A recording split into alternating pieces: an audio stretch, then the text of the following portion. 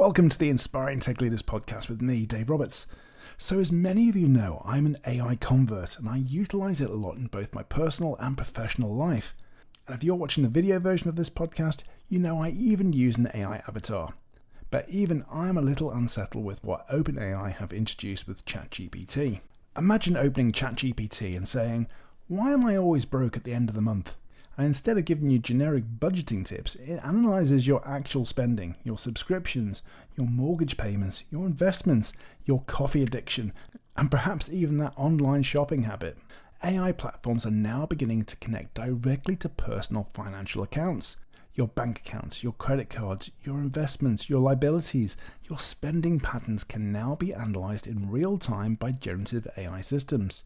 And while the technology promises convenience and financial clarity, it also raises some enormous questions around privacy, trust, security, regulation, and human behavior.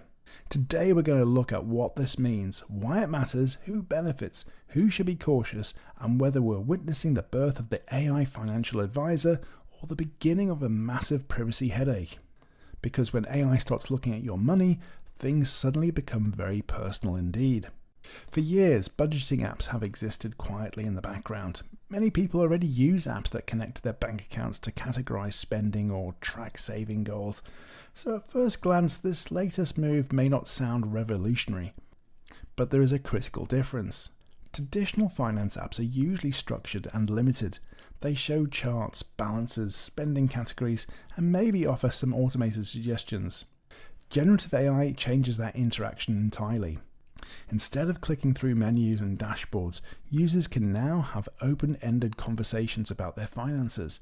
You can ask questions naturally, almost as if you're speaking to a human advisor. Questions like, can I afford to move house next year? What's causing my spending to rise? How much am I wasting on subscriptions? That conversational layer changes everything because it makes financial analysis accessible to people who may never speak to a financial advisor in real life. And that's important because financial anxiety is incredibly common. Many people avoid looking at their finances altogether because they find it stressful, confusing, or intimidating. AI removes much of that friction.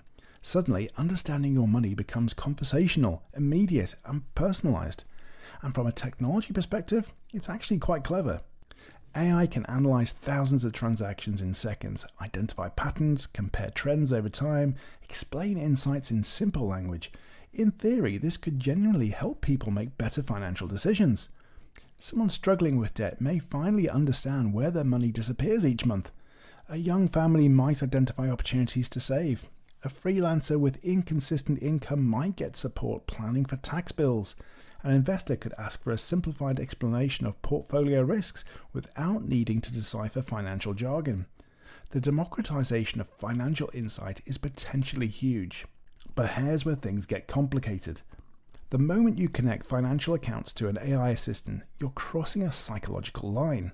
You're no longer chatting with an AI about travel plans or writing emails. You're giving it access to the most sensitive behavioral dataset most people possess. Because money tells stories. Your bank account reveals your habits, priorities, relationships, struggles, ambitions, weaknesses, routines, health concerns, lifestyle choices, and emotional behavior. Financial data is arguably more revealing than social media. Think about it. Your transactions can reveal where you live, where you travel, what time you wake up, your medical spending, your gambling habits, your relationship status, your hobbies, your subscriptions, your political donations, and even periods of emotional stress. And unlike social media, financial data tends to be brutally honest. People curate Instagram. They do not curate their debit card statements. That's why privacy experts are increasingly nervous about this shift. It's not necessarily because the systems themselves are insecure, but because users may overshare more than they realize.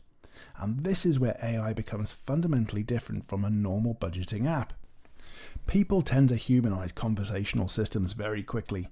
Humans naturally begin treating AI like a trusted companion rather than a software tool. When an AI responds empathetically and conversationally, users lower their guard. They begin sharing context. They explain emotional situations. They talk about divorce, family pressure, debt anxiety, job fears, addiction, guilt, and financial insecurity. The AI becomes part financial assistant, part therapist. And while that may feel comforting, it introduces enormous ethical and security concerns. Because once highly personal financial context exists inside conversational systems, questions emerge around storage, retention, training data, compliance, and exposure risk. Now, to be fair, the companies developing these tools are emphasizing safeguards. The systems are generally designed as read-only connections. The AI cannot move money, execute transactions, or access full account numbers.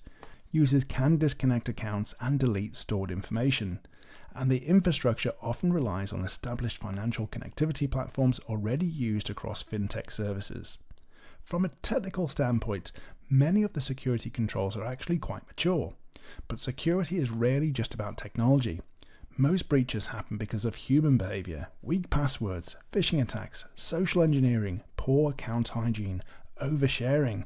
And AI potentially amplifies those risks because people trust conversational systems more than traditional software interfaces. That trust becomes the biggest vulnerability of all. Now let's zoom out and look at the wider industry implications, because this is not simply about one AI product adding financial features. This represents something much larger. We are now watching AI evolve from a productivity tool into an interface layer for everyday life. That's the real story here. AI is gradually positioning itself between users and every major digital system: search engines, documents, emails, meetings, shopping, healthcare, education, and now finance. The AI assistant is becoming the operating system for daily decision making. Instead of opening multiple apps, users increasingly ask one central AI system to interpret information, coordinate tasks, and guide choices. That changes the balance of power in the digital economy. Historically, banks control customer relationships through banking apps and websites. Now AI companies are attempting to become the conversational front door to financial services. And if that succeeds, banks risk becoming infrastructure providers hidden behind AI interfaces. That's a massive strategic shift. Imagine a future where people no longer log into banking apps directly. Instead, they simply ask their AI assistant, "How much can I safely spend this month? Should I refinance my mortgage? Can I afford a holiday? What's the smartest way to pay down debt? Which energy provider would save me money?" At that point, AI becomes the decision-making intermediary between consumers and financial institutes.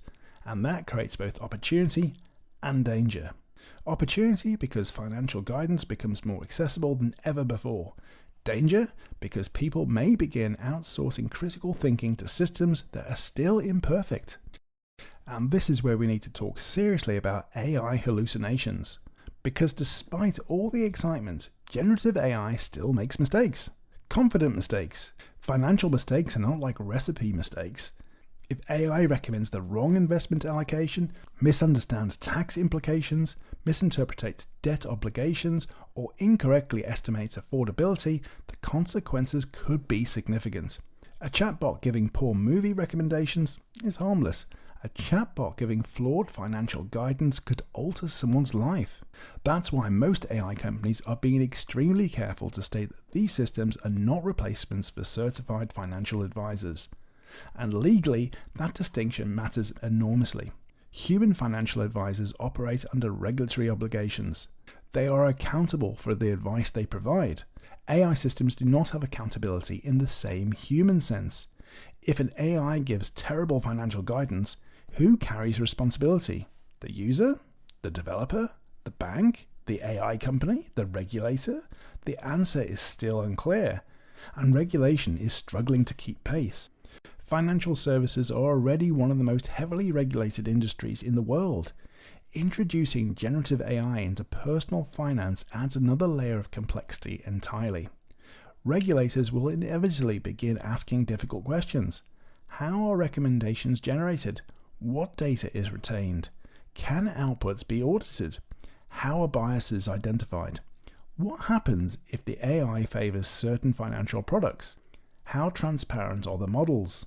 Can consumers challenge AI-driven conclusions? These are not theoretical concerns. They are rapidly becoming practical governance challenges. And then there's another issue nobody talks about enough: dependency. What happens when people lose the ability to think critically about money because AI handles the analysis for them? Financial literacy is already a challenge globally. Many people struggle with interest rates, compound growth, debt structures, pensions, taxes, and investments. AI could help educate users, but it could also create passive dependence. If every financial decision becomes AI assisted, users may stop developing their own judgments entirely. And that creates societal risk over time, because financial reliance is not just about access to information, it's about understanding. Now, interestingly, public reaction to these developments has been deeply divided. Some people are incredibly excited. They see AI finance systems as empowering, convenient, and inevitable. Others are deeply uncomfortable. For many users, connecting bank accounts to AI feels like crossing a line they're simply not prepared to cross. And psychologically, that hesitation makes perfect sense. Money is emotional. Trust is emotional.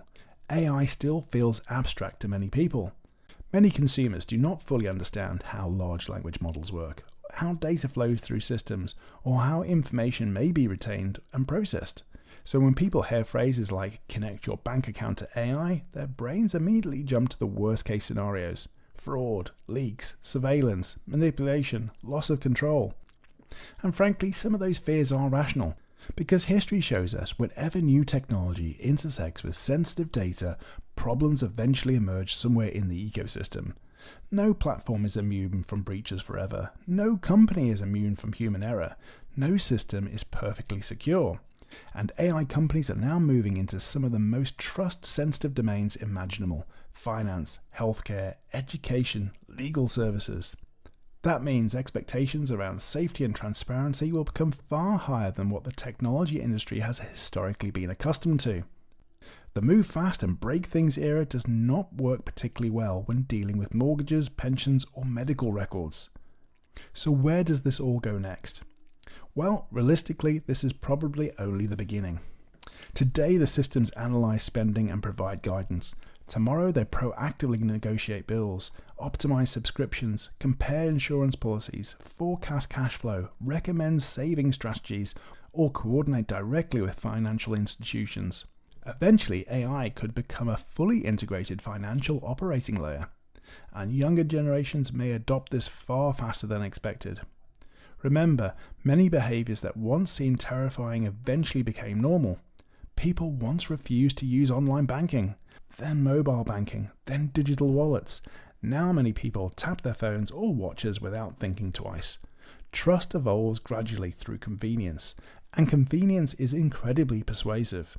If AI genuinely helps users save money, reduce debt, avoid bad spending habits, and improve financial confidence, adoption could accelerate very quickly, particularly during periods of economic pressure where people desperately want clarity and control over their finances.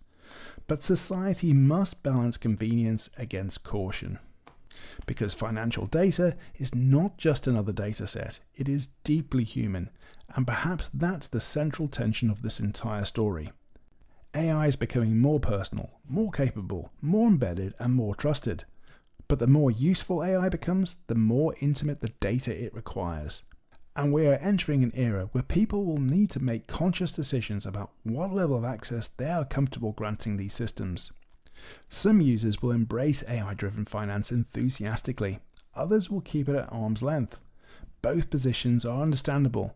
What matters most is informed choice, understanding the trade-offs, understanding the risks, understanding the convenience, and understanding that while AI can support financial decision-making, it should never fully replace human judgment, critical thinking, or professional advice when the stakes are high. Because ultimately, your bank balance is not merely data, it's a reflection of your life. And deciding who or what gets access to that reflection may become one of the defining technology trust decisions of this decade. Well, that's all for today. Thanks for tuning into the Inspiring Tech Leaders podcast. If you've enjoyed this episode, don't forget to subscribe, leave a review, and share it with your network. You can find more insights, show notes, and resources at www.inspiringtechleaders.com. Head over to the social media channels. You can find Inspiring Tech Leaders on X, Instagram, Inspo, and TikTok. And let me know your thoughts on connecting AI to your personal financial platforms. Thanks for listening, and until next time, stay curious, stay connected, and keep pushing the boundaries of what's possible in tech.